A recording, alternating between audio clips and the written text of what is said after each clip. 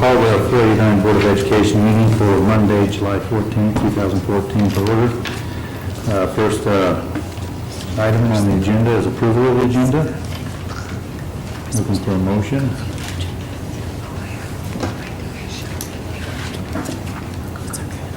Move to approve the agenda. Second. It's been moved and seconded. Any discussion? Seeing none, I'll call for the vote. All in favor, say aye. Aye. All opposed, same sign. Motion carries 5-0. Audience participation, this will be the one and only time anybody from the audience can address the board.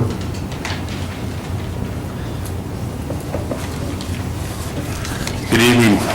My name is Jeremy McGuire, and I want to address the fees for enrollment that I know you guys are going to discuss later on, but I wanted to just express my concern for how expensive the fees are.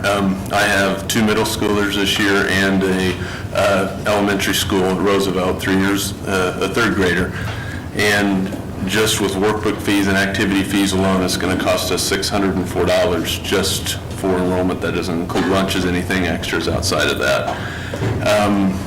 I think it's high, personally. Can I afford it? Yes.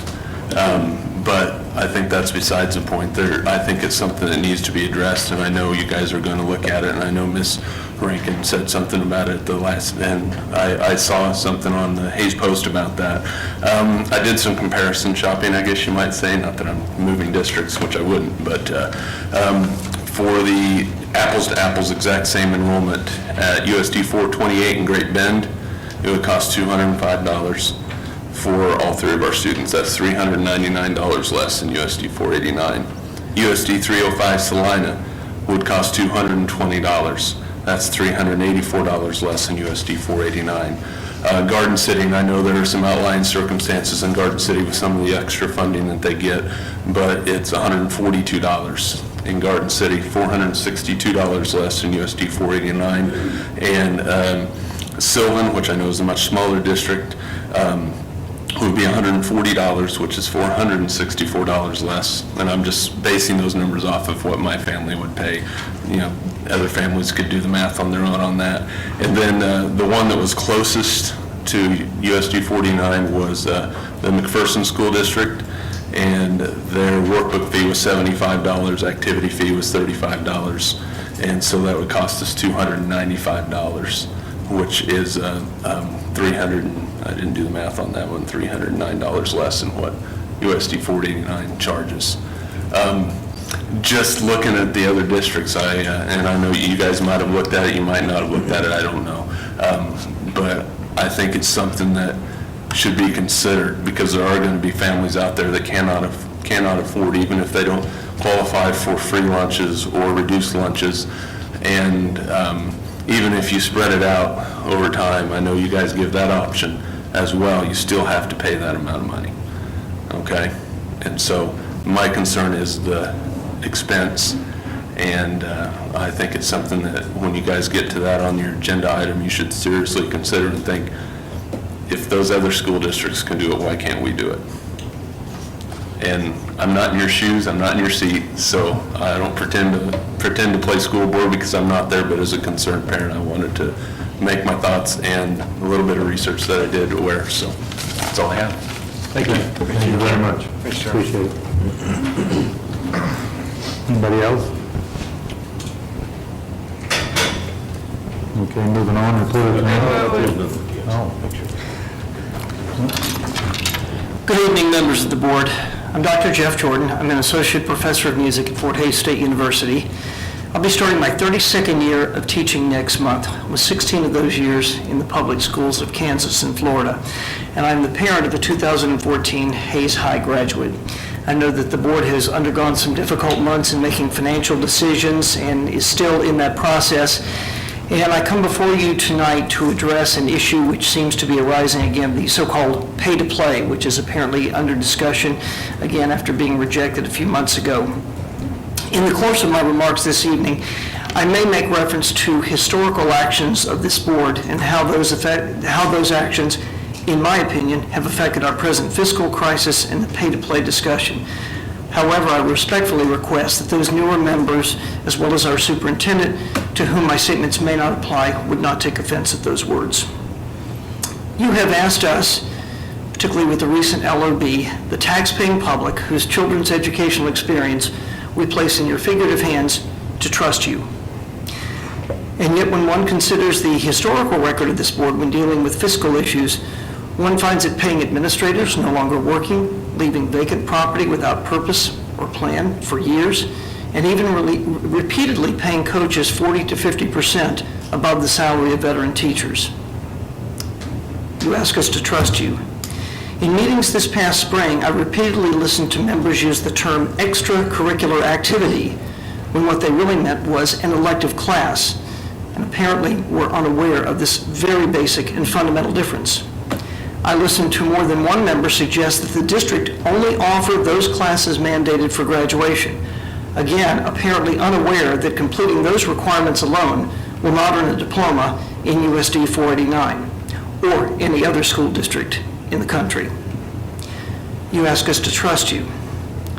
Band, choir, and orchestra, which would all be affected in theory by the pay-to-play option, are, despite anyone's insistence, not extracurricular activities. They are credit-carrying academic classes which fulfill local, state, and federal elective requirements for graduation. That they incorporate events beyond the school day is no more of an argument for the extracurricular label than a calculus class requiring homework, or an English class visiting a Shakespeare festival.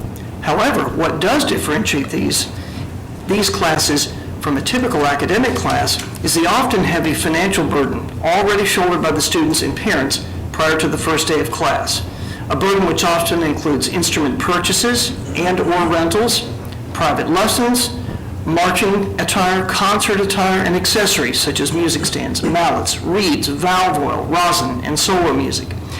And as if this weren't enough, in the case of the band in particular, a great deal of the students' time during the year is devoted not to music education, which is the singular primary purpose of that class, but to support athletic activities, a responsibility for which it now appears they may be required to pay to do. You ask us to trust you. Pay to play was discussed and rejected several months ago. Now, with less than 4 weeks before students return, it is again brought up for consideration.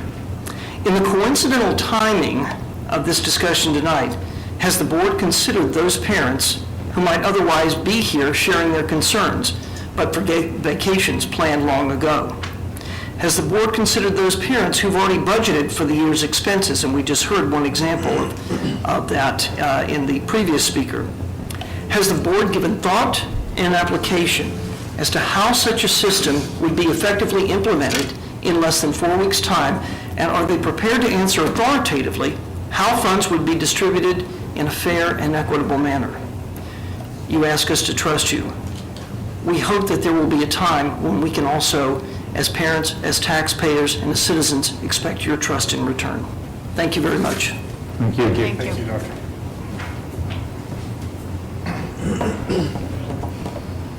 Is there anybody else? Seeing none, we'll move on from other committees. Dean, communications from other organizations? We do not have any reports from committees. And as far as communications, the next agenda item, the minutes from the USD 489 Foundation are attached to the information, and that's the only communications we have.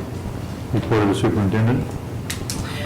First of all, just want to start by talking a little bit about school being right around the corner. We have new teacher orientation on August 7th already, which was a very fast summer. Teacher breakfast, back to school celebration is going to be August 13th at the high school, and really looking forward to that event. Kids start on August 15th, which is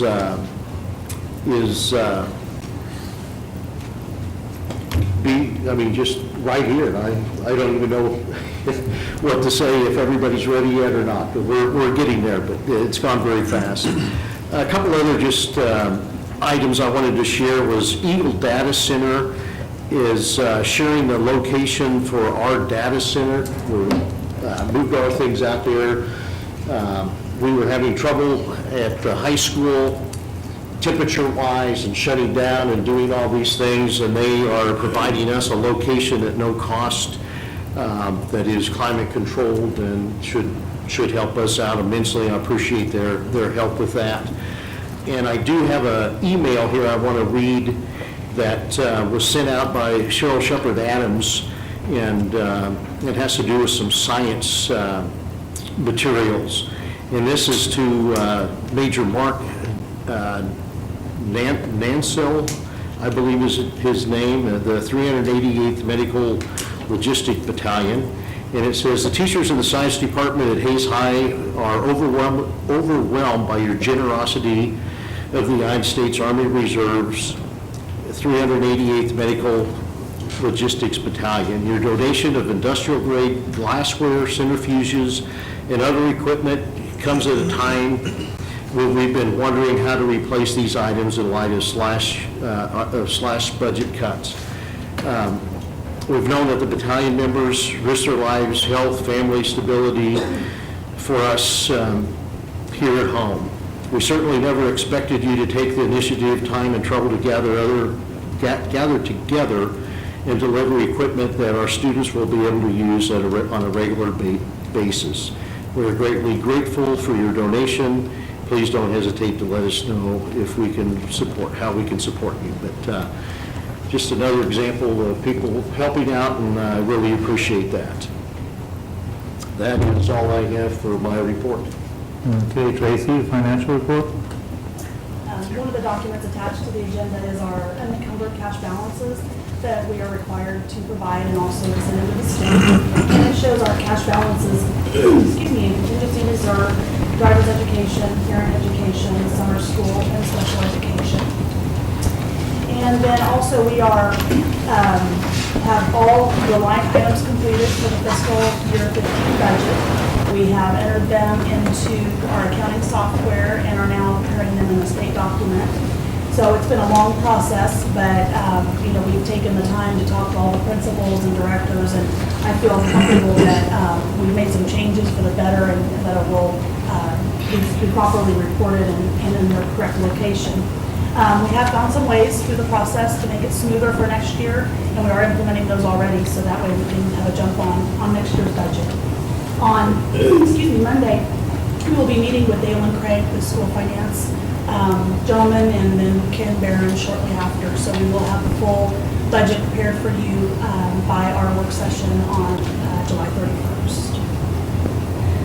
We more than likely won't have that posted. I mean, if we'll be in Topeka on Monday, but we won't have that posted till Tuesday, probably Wednesday for you to review, because we'll have to come back and make any changes, those types of things. But looking forward to that. And I just want to talk about Cheryl and Tracy both being new to the process, spent a lot of hours, and other people included, spent a lot of hours with the directors, principals, and going through those line items and trying to come up with an accurate budget of where we are going to be and be able to track this from now on to know if we're above, under, and it's just going to make a big difference. But it was a lot of work, and they spent hours and hours, and I appreciate that. And I think I feel real good about the direction we're headed.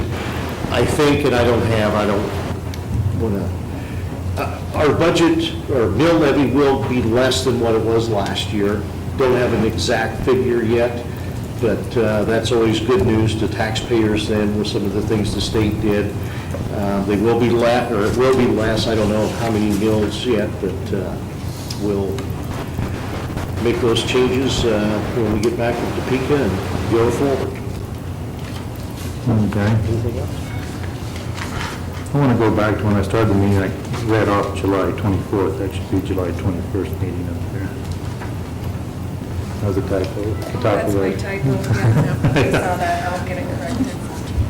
I wish somebody would have caught that when I figured it out. Okay, so we'll go back to the consent agenda, and we're looking for a motion to approve board meeting minutes from June 23rd, 2014, or work session minutes from July 14th, 2014, authorization of Clayton Holdings to make a payment to Paul Wertenberger for financial reports, the approval of the Connections Federal Finance Report, approval of surplus property items, approval of bills in the amount of $1,304,699.05, and personnel transactions.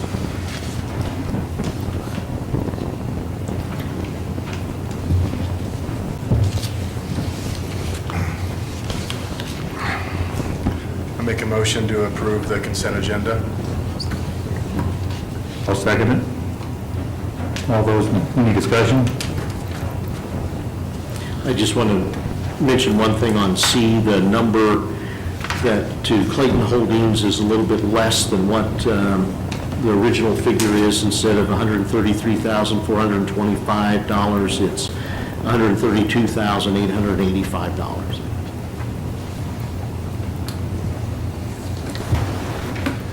We'll call for the vote. All those in favor say aye. Aye. Those opposed, same sign. Motion carries. You abstain. Motion carries 4-0.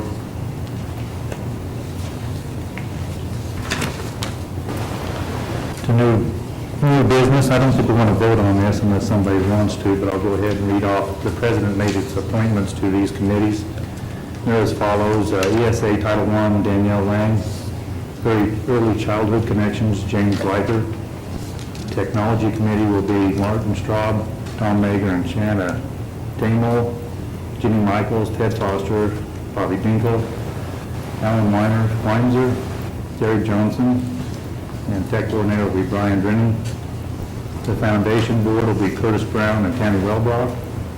Age Rec Commission will be Tom Albers and Jeff Bridges. Ellis County Coalition for Economic Development will be Dean Catt, and our KSAB Convention representative will be announced. Anybody got anything on that? If not, we'll move on to approval of the milk bid. Jessica, you here? Okay, I'm Jessica Yonker, the nutrition director, and we got 2 vendors for our milk bid this year, Highland Dairy and F&A Food Sales, and should have the results up there. We were pleasantly surprised with how low the lowest bidder came in. Our bid got pretty competitive, so it's about what we started out last year with the escalator pricing, and so we're just going to go ahead and recommend the lowest bid, which is Highland Dairy. Okay. Thank you. I'm looking for a motion to approve the milk bid for Highland Dairy. Make a motion to approve the milk bid for Highland Dairy. Second. It's been moved and seconded. Any discussion? Seeing none, I'll call for the vote. All in favor say aye. Aye. Opposed, same sign. Motion carries 5-0. Microsoft License Agreement 2014-15. Ryan? Hello. Attached, you'll find we've got 4 quotes for the Microsoft licensing, or 4 responses to the request we sent out. The Next Tech and CDWG were the original 2 we had, and then we added the Academic Superstore and the SHI, which is the state contract, the company that holds the state contract for the state of Kansas. I forwarded those all 4 off to Microsoft, our Microsoft representative, and she seen no issues with any of them. Obviously, Academic Superstore came in lower than all of them. So that's the one we'd recommend taking. Okay. Thanks, sir. Yeah, no problem. Thanks, Brian. Okay, Brian's recommendation is to approve a motion for the Academic Superstore, so I'll be looking for that motion now.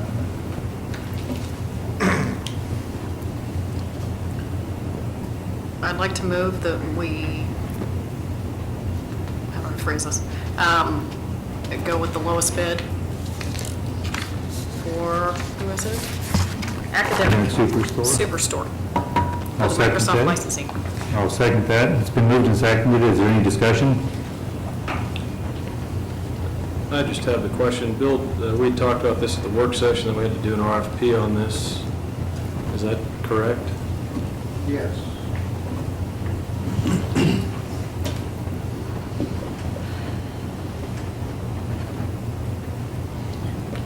When, checking this, looking at the vendors that purchase, they've never received RFP for Microsoft services. So I don't know where we stand, if it's considered a service or what, but it was a foreign, asking for help with an RFP, those things, no one has ever, that we visited with, had written an RFP for those things, so that's why we went with the different quotes from the different places, the state one included, and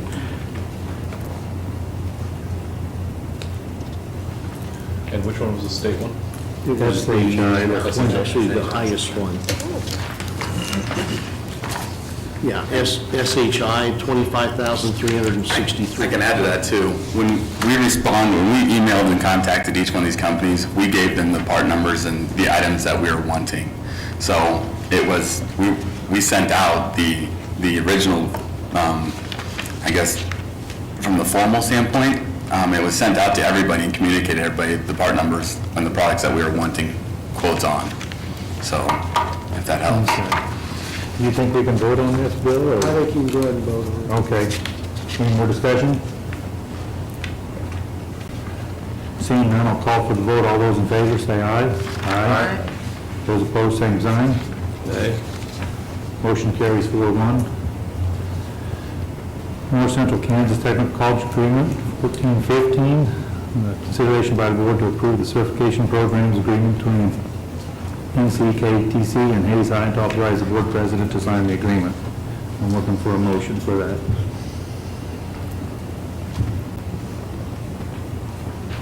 I move to approve the certifications program agreement between NCKTC and Hayes High, entitling authorization of the board president to sign the agreement. Second. It's been moved and seconded. Any discussion? Seeing none, I'll call for the vote. All those in favor, say aye. Aye. Opposed, same sign. Motion carries 5-0. Okay, annual waiver of requirements for general accepted accounting principles for 2014 and 15. I'm looking for a motion to adopt that. That is the recommendation of the administration. We'll We'll go ahead and get a motion in a second, then we can discuss it. Probably have Okay. You can usually do this presentation before you get to your motion. It's up to you. We'll go for a motion. I move the board adoption, hold on. I move the annual waiver of requirements for generally accepted accounting principles per the administration recommendation. I second it. Any discussion? No? Well, on this, we had asked Kim Behrens at the last meeting, to provide some information about what it is, those things, and with him being on vacation and not receiving any of that stuff, I think we need to wait. We don't have to do this until the June, or before the June meeting. I think it would behoove us to wait, get that information from him and find out, to come up with what kind of costs, those types of things before we go either way. I just think we need to get more information. And it's not critical that we approve it tonight. So my recommendation now is probably to table it. Table it? We can just vote it down. Right. And then vote on it again, or I should think we make a after we motion get, to table it? after we get more information, I think so. Bill, can we table that, or can we just say nay tonight and then bring it back up? We've got a motion and a second that's on the table now. Yeah, so I'll go ahead and call for that. Can you revise his motion? You can amend the motion or So if vote on it. you make a motion and you vote it down under Robert's rules, the only people that can ask to have it reconsidered are those who vote on the other side of it. So I guess if everybody votes against it, you could ask, but you have to vote for the prevailing party. Probably easier to table it until future day. The motion. You make a motion to table, okay? Don't you have to amend your motion? No, Okay. you can just make. I'll make a motion then to table this until we get the information from Ken Barron. Have a second on that? Second. Okay, moved and seconded, all in favor say aye. Aye. Those opposed, same sign. Do we have to go back to the motion then? Okay, item F, multi-peril insurance for 2014 and 15. I think we have a representative here. Dale Chapman is here.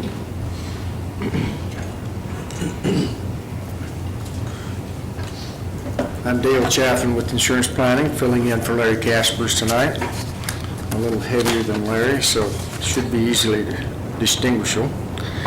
I think that Tracy and Larry have had considerable correspondence on the workers' compensation as well as the multi-peril, and have looked at some deductible options under the package insurance for property as well as the automobiles.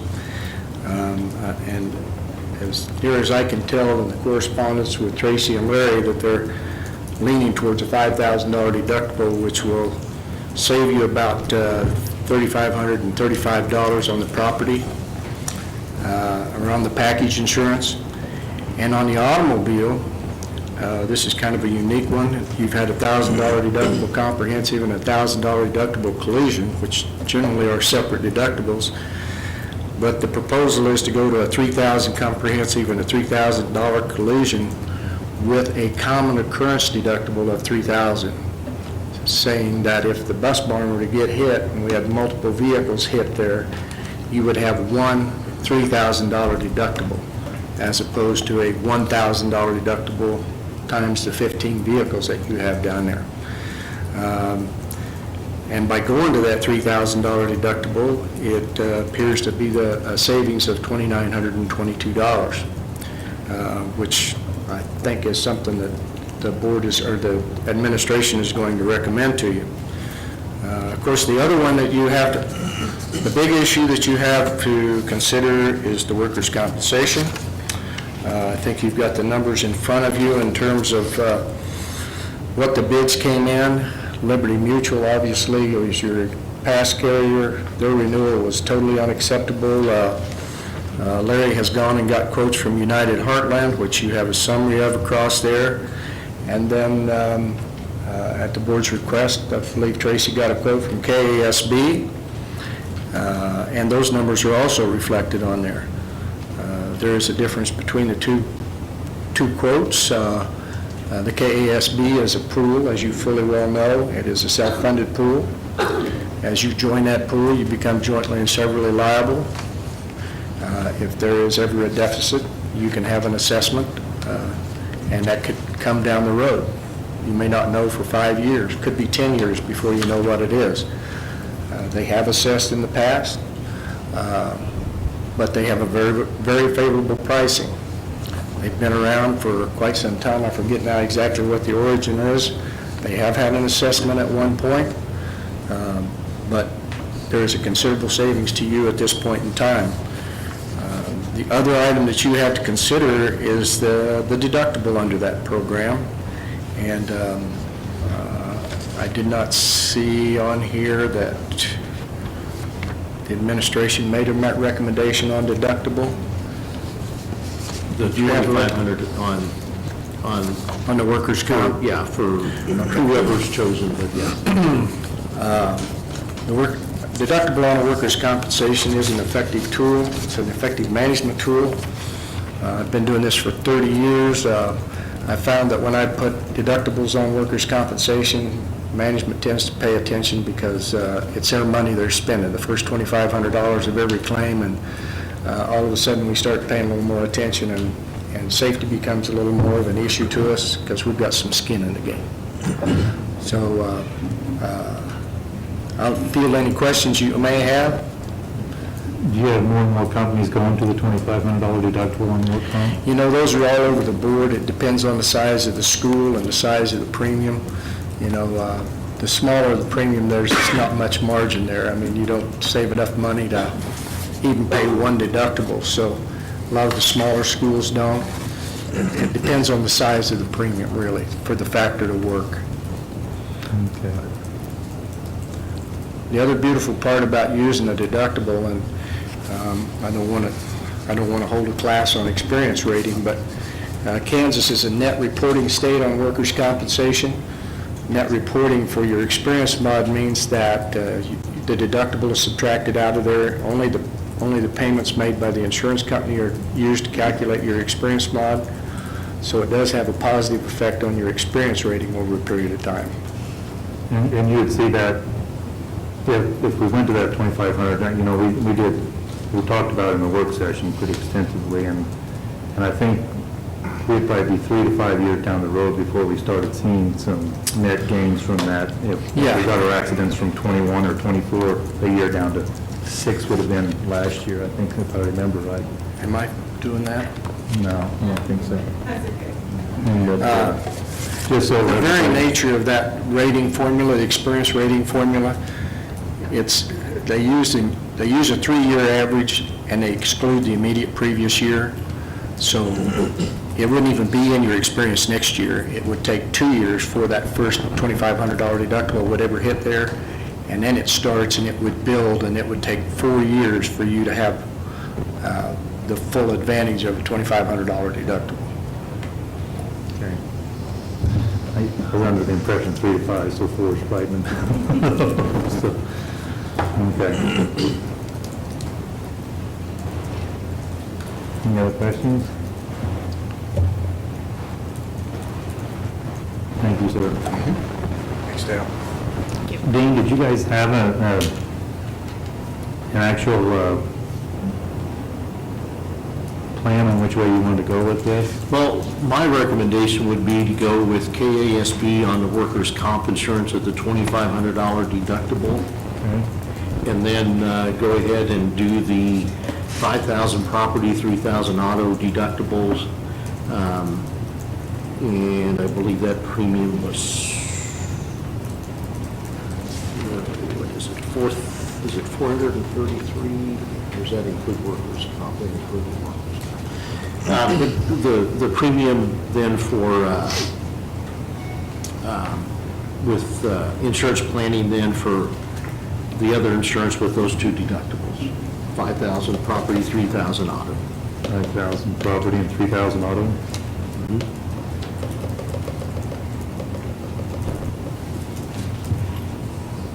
Okay, I'm looking for a motion from the board. I'm sorry, can you clarify where we are now? We don't have any deductible, right? Or We have a very low deductible for our property. Property is 1,000 current, and our auto is 250 and 500 collision, or comprehensive collision. We don't have any deductible on our workers' compensation.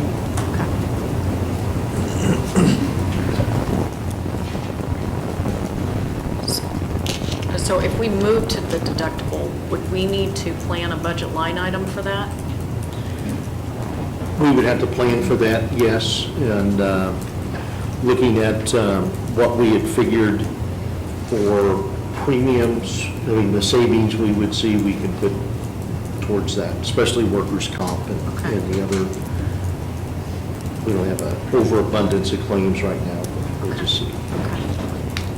But yeah, we definitely have the budget. But for the budget you were planning for next week, it's not in there currently? Well, go ahead. The one we were planning for was the higher premium. Oh, that's true. So Okay, we would okay. be able to. So it absorb should, that it's in there one way or the other. Okay.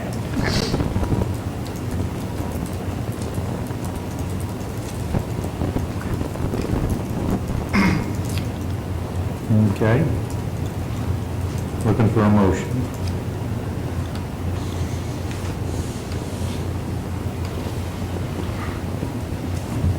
I make a motion to approve the workman's compensation policy coverage through the Kansas Association of School Boards with the $2,500 deductible, and recommending that we approve the multi-peril insurance policy through insurance planning for the upcoming school year, 2014-15, and authorize the board president to sign any contracts pertaining to these policies. Second. It's been moved and seconded. Any discussion? The only question I have is on the contracts. The drawback to that is you're going to get a contract that comes in that you're never going to see, that they're going to be able to sign without anybody reviewing it.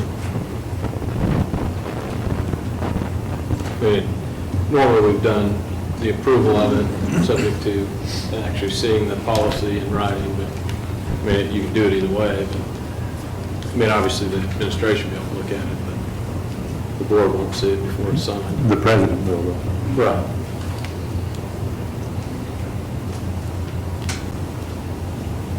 Any more discussion? And Greg, your concern is that something could change from what we're approving tonight I've just versus the seen in the actual written past contract? that a contract will come in, and you, after you see the contract, it's been signed, and then questions start arising, well, what about, why is this in there, why is that? And you're kind of out of luck to ask those questions if you don't get to see the contract beforehand. But is it typical that the board would review these contracts? For the last year, that's what we've done, year and a half. Everybody's read through the entire contract? But it's available, It's available. so.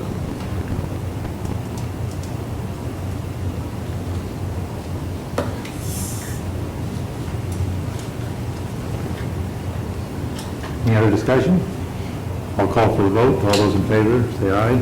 Aye. Right. Those opposed, same sign. No. Motion carries 4-1. Next item is televising of the work sessions. The administration recommends that the board lead a discussion on the topic and make a motion to approve this decision. I'm looking for a motion. What we need to, I guess, decide is whether we want to, we had made a decision before, I don't think we ever voted on it, but not to televise our work sessions. And I know at the work session, we had conversations on whether that needs to happen again or not. And tonight, what I would like to know is if that's something the board wants to do, and then we can look into how that would happen later, but,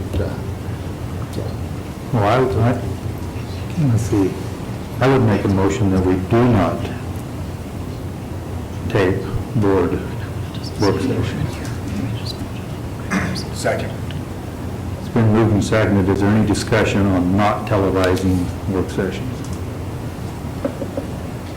I don't see an issue really either way. I mean, I think it allows people to tune in and see what happens. I mean, right now, their only viewpoint about what happens at a work session is through the press, and they're not making it, I mean, they're giving an overview of what happened versus an exact recounting of what happened. So the only way for anybody to see what happens at those, which there is a lot of discussion, is to watch. So I would think we'd want to televise them.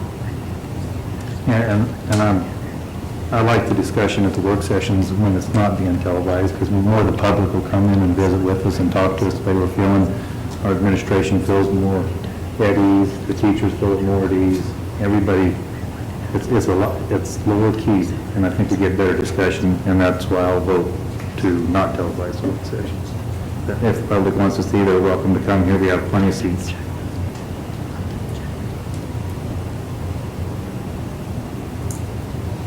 Any discussion? It's not that I mean, both points are very valid. I mean, it's nice to get as much information out there as possible, but I do think there has been a stronger benefit, especially now for the school board and those that you mentioned, in not televising it, getting the open discussions going, and for whatever reason, I think right now that's a little bit stronger of a pull for me. So I'm in support of continuing as we are with no televising.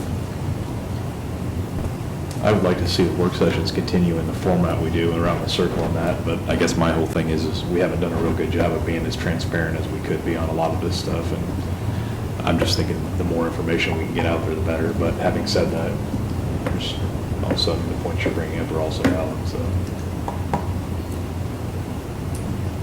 Any more discussion? I'll call for the vote. All in favor, say aye. Aye. Opposed, same sign. Nay. Votes 3-2. We'll go back to discussion on the work session, or we can table that until the next meeting would be probably the best. Will James and Danielle hopefully be there as well. That's why we probably ought to table it, and I don't think that vote's going to change any if we discuss it. Yeah, I don't know that discussing's going to change the opinions. So we might as well look. Vote, or one way or the other. I'll make a motion to table it till we have a full board. Second. Been moved and seconded. Any discussion? All those in favor say aye. Aye. Opposed, same sign. Motion to table, the work session's being televised. Goes down 5-0. 33 Third Street property, Dean? We have two bids for the property. The first one was P&W Investments here in Hayes, and the bid was $209,000. And John Ziegler, also of Hayes, bid $253,133. The bid from 2006, I don't understand all the, why it didn't sell at that time, whether it was zoning or whatever, but the bid that was received, the high bid at that time was $225,000. So the high bid, John Ziegler, is higher than what it was in 2006. My understanding is both of these gentlemen were going to develop the property into housing. I don't know what type.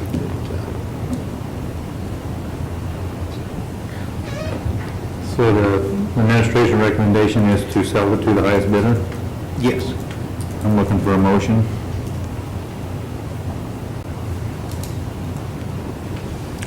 I make a motion to accept the administration's recommendation to sell the 33rd Street property to the highest bidder, John Ziegler, in the amount of $253,133. Second. It's been moved and seconded. Any discussion?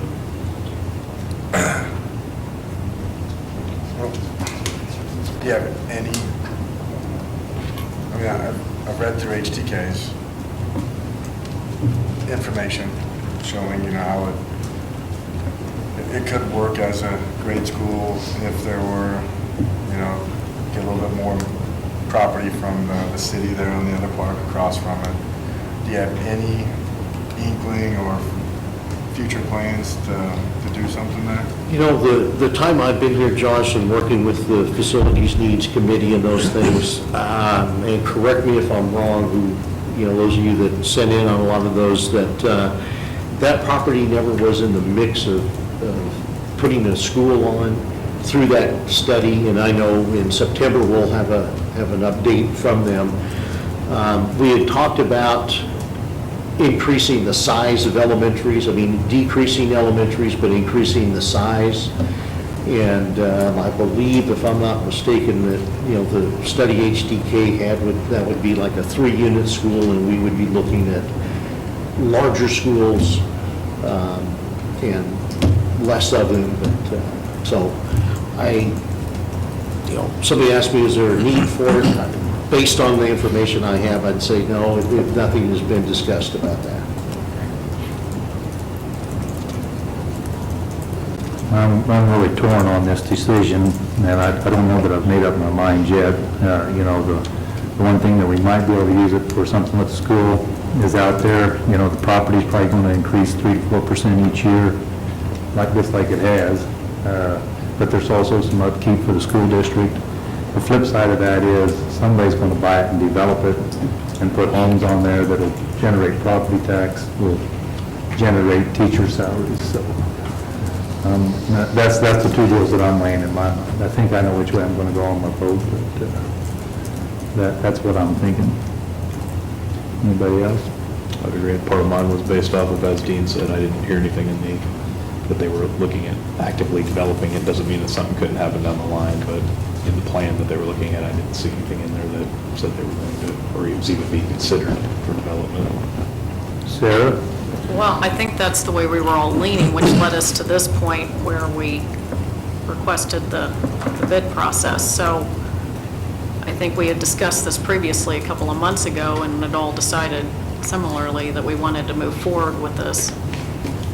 We could certainly use that money. And as you said, the side benefit would be increased property taxes down the road, so. And if we didn't move forward now, what risk do we run? This is the second one now, 2006, 2014. Eventually, does that,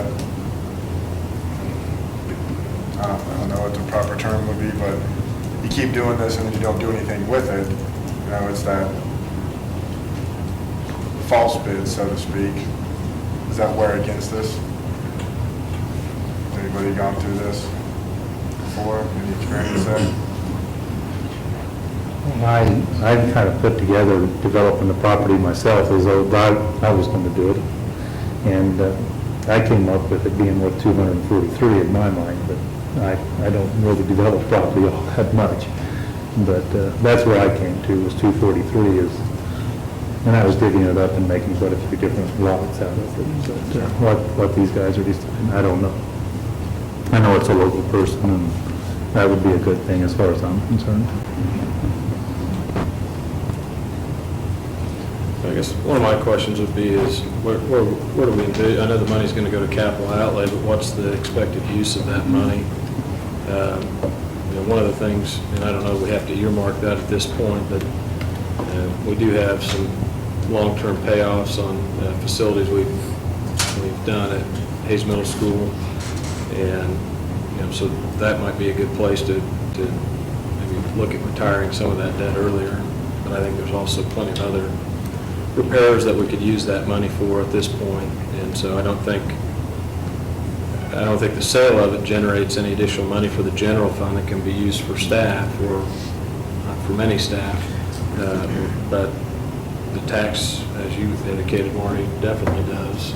And so I think, you know, and I think Josh's point about, you know, this is the second time we've had a local bidder make a bid on it, and we've had 3 people make bids on it. We made an agreement to sell it to the only out-of-town bidder that wanted to buy it. When that fell through, we had a local bidder come back and want to buy it, and we said no. And if we don't go forward this time, you've got the second time a local bidder wanted it, and we said no to them as well. So I think it definitely would have the effect of taking the incentive of locals to bid on our property. Any more discussion? I'll call for the vote. All in favor, say aye. Aye. All opposed, same sign. Motion carries 5-0. Discussion of fees for 2014 and 15. The administration recommends the board not make any changes to the 14-15 fees approved by the May 12, 2014 meeting. Looking for a motion. So moved.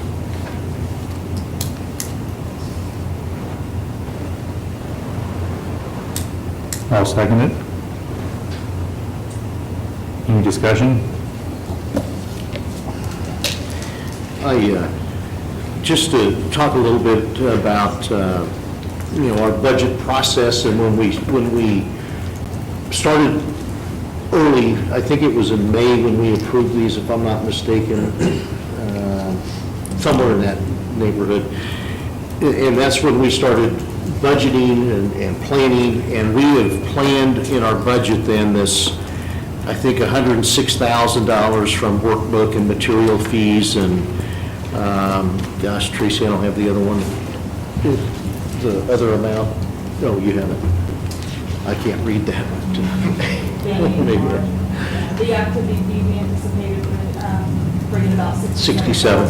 And if we don't approve these tonight, we're going to go back, and our budget is very tight. And what we're going to end up doing is probably taking expenses out of the capital outlay fund, which I'd rather not. I'd rather do things like we should. And money would go in textbook and revolving account, offset teacher supplies, those things out of general fund, and take a hard look at it next year. And I couldn't agree more that our fees are too high. You know, ever since I started, that was, I'll stick with that. But I think it's real late now to make a decision to reduce those. I will be more than happy to recommend we reduce them next year when we have the time to budget accordingly and do those things. And you're feeling the same way with us as voting 5-0 on the 33rd Street property? I'm sorry? You're feeling that same way since we just sold the property? Yes, because that money isn't going to, I mean, if we put it in capital outlay, yes, we could offset some of that, but I think we have such a huge capital outlay list of things we need to do. Roofs is one big one, and you know, like Greg had said, even paying off something early. But we have a huge list of capital things that we need to start taking care of sooner than later. But And those were, the other two fees there were both 1 year, correct? 1 year is what we talked about, yes. Our reality is this: base state aid per pupil has gone down every year for 5 years. Expenses continue to go up across the board. We attempted to remedy some of that with the LOB locally, and that failed. And so our only recourse is to increase revenue through fees, unfortunately. My question is, does it have to be to this extent? Now, when I look at this sheet, I say, I understand we need some cushion. Do we need this much cushion? And Dean, you had communicated that this sheet has been a work in progress and doesn't truly reflect what is happening when you guys are working on that budget. Right. Do you want to address that, Tracy? Yeah, I mean, when we started working on this, January or so, we just took the big ticket items that we knew had changed from last year to this year. Once we're actually getting into line by line, and seeing those, this really isn't accurate anymore, because it's not taking into account all those smaller things that have added up over time too. So this budget projection is not accurate anymore? If, with the increased fees, we will not have $235,000 additional dollars left, no. In general and supplemental general. Where are we looking closer to? What numbers are we looking closer to with that? It is very tight with us. I mean, we've moved all the supply lines over to the textbook workbook fund, anticipating that increase in fees. So if they were lower, we would have to take those supply lines back into the general fund, which would make it even tighter. I mean, it's very, very tight. And we need to balance the budget. That is absolutely imperative. And we need some money for contingency. Yeah. I worry about, I guess, it doesn't help this gentleman, and it doesn't help a lot of parents when we say we can't do it because of timing.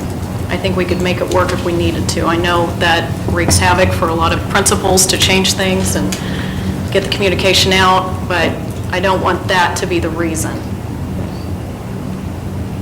Could we, I mean, originally, Dean, you proposed a $30 increase to workbook fees, and it went higher that particular evening when we voted these in because we were focused on reducing class sizes by bringing teachers back. I know you want this. Could you live with a $30 increase instead of a $60 increase on workbook fees?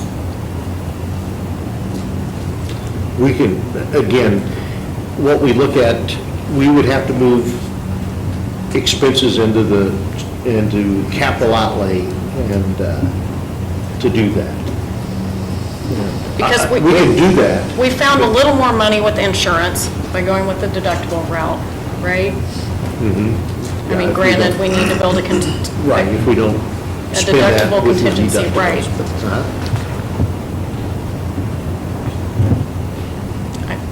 I'm torn. There are a lot of parents out there that feel the pinch that you're feeling and will feel in 2 weeks when you have to enroll. $100 for an enrollment fee is very high, and to raise it over 50% is I think at the end of the day, what you're proposing, I mean, is exactly what we did, but both the activity fee and the workbook fee we doubled with the understanding that would be a way to generate money to offset those 3 elementary positions at a cost of roughly $150,000, with the hopes that the LOB would pass. It did not, so that money's not there. But now that other 150 is not there either. I'm just looking at this, if we're balancing the budget for next year. And the problem is we're still borrowing from Peter to pay Paul. We quit doing it from the special ed fund, but now we're stealing from capital outlay to do it, or borrowing. It's true. And so, I mean, and if we do the fee, I mean, we're doing it regardless of what happens with the fees. But and I don't even know where I'm at on the fees, but I think that the underlying budgetary issues are such that, I don't think we're anywhere near the end of the road on trying to find cuts and figure out ways we're going to budget or balance this budget in future years, because if we got to borrow from capital outlay to get through next year, there's no immediate hope on the horizon coming from the state level in additional funding. Maybe we get some additional enrollment, but that comes with the extra problem of having to have additional teachers to handle those and staff. And I look at this as, we're a stopgap at best. What that does with fees, I don't know. I can't help but look at this one from both. Start with the parent side. We'll have a high school, a middle school, and elementary school child next year. Yeah, I mean, it's definitely much higher than what we've paid in the past. Think about it. In my thinking about it, though, also, sometimes I can't help but that you get what you pay for a little bit here. For what our district does provide, and for who we have providing it in the environment which it's being provided, I wouldn't consider it necessarily out-of-line fees. Yeah, Mr. McGuire, I've also made similar phone calls and seen the price differences. I would have felt a little bit better if McPherson's was a little bit more elevated than what it is. And then you look at it from the financial side, I think we're really late in the game to make the change now. Things did not work out the course of action that we had hoped. I mean, I say hoped, I think the LOB was a long shot, and I'll still stand by that. I think there's work that we need to prove to the public that we can do. August 15th is first day of school. Enrollment opens up, well before that. We've got to put into the budget. It said it's a 1 year only. Now, 1 year only to me, when fees go up, I think you eventually get to that where you're kind of, now you're used to it, now it's there, and now you'll never seem to come back off of them real easy. But this is something that is set to be revisited again next year, and it will be revisited at some point. I see more benefit staying with the fees for this 1 year to, especially with what Greg said, not reverting back to what we're trying so hard to get away from. Get it balanced, set the tone for next year. We can think about taking the fees back down and have them set where they need to be appropriately for the next budget. As a parent and as a taxpayer and as a school board member, I have to support staying with the fees. I do. We need to make a decision by August 1st for like our online enrollment thing. So, if there is a change, we can make that change, but we need to make it by August 1st. Any more discussion? I do. I just want to apologize to the public, those that are here and those that are watching, because I think, we did that with an intention, and I think we were all under the impression, and I think some of it was we wrongly assumed we were going to do what we've always done with the textbook fee. So that's our fault, but for me, it just doesn't set very well that we promised one thing and we're not going to follow through on that. So if, we're just in a horrible position, because if we cut the fees, we know that what we thought they were are greatly changed between then and now, and we aren't even to the final numbers yet either. So I don't know what we do.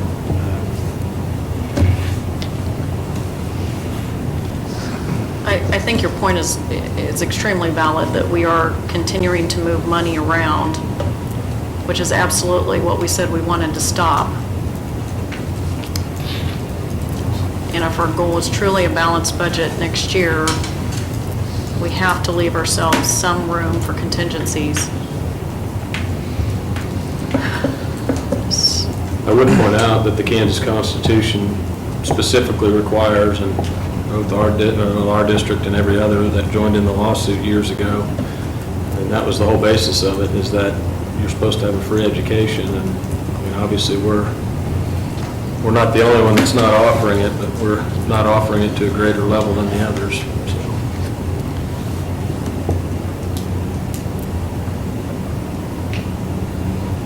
It's tough, there's just no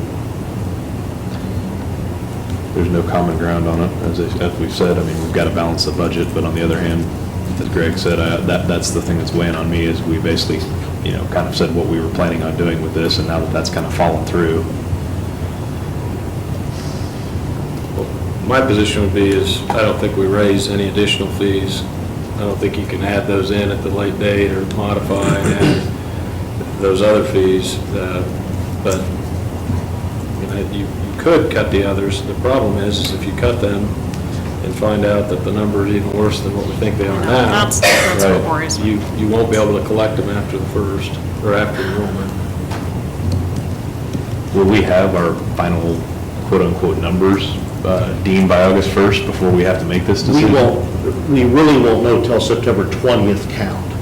I mean, and that's the thing with public education and finance, that you have to make all these decisions and really not know until your enrollment numbers come in. They may be up, or last year they may be down, and you do what we had to. So I think the numbers we're looking at are going to be close, but we should be able to have our numbers for our expenditure numbers. We won't have our income numbers until, I mean, because technically even that September 20th date's not the magical one, it's the audit in January and February. But you have,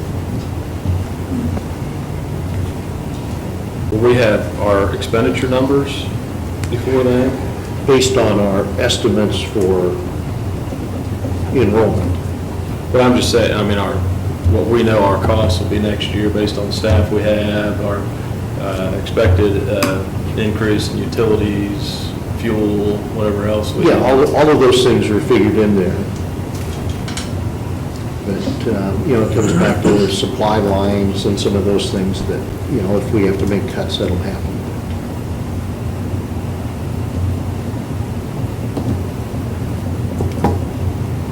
Any more discussion?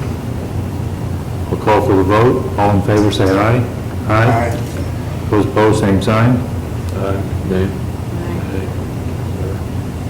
Let's go with that again. All of those favor, raise your right. I'm sorry, what is the motion again? To approve the administration recommendation.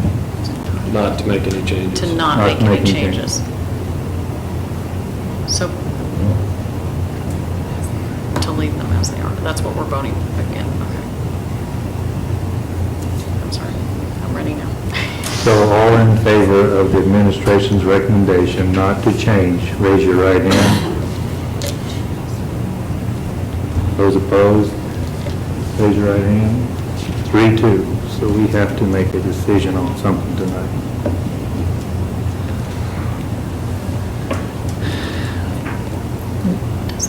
What? I don't know if Bill does it, if that doesn't pass, what do we, They've already been said. They were already approved and set. Right. Really. So that it just remains that way? It just remains that way unless it's changed later. Well, then I could have voted Okay. my conscience on that. Okay. All right, discussion by board members and agenda requests.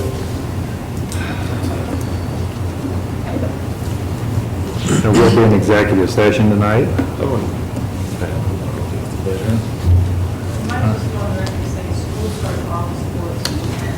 What did I say? Oh. I already read it off, but this was the July 14th meeting.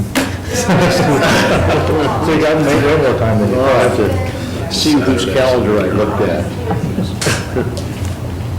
Okay, there will be an executive session tonight, and we'll enter into that at 7:40 for a period of 45 minutes. I'm looking for a motion for that. I'll make the motion to go into executive session at 7:45 minutes Second. with the Board of Education, Dean, Tracy, Shanna, Mark, and Bill. We need clarification on what the subject matter For negotiations, and what else was there? Just Negotiations is it? pretty much, yeah. Okay, Yeah, I don't think we negotiations. With the have anything else, so. Second. All those in favor say aye. Aye. Opposed, same sign.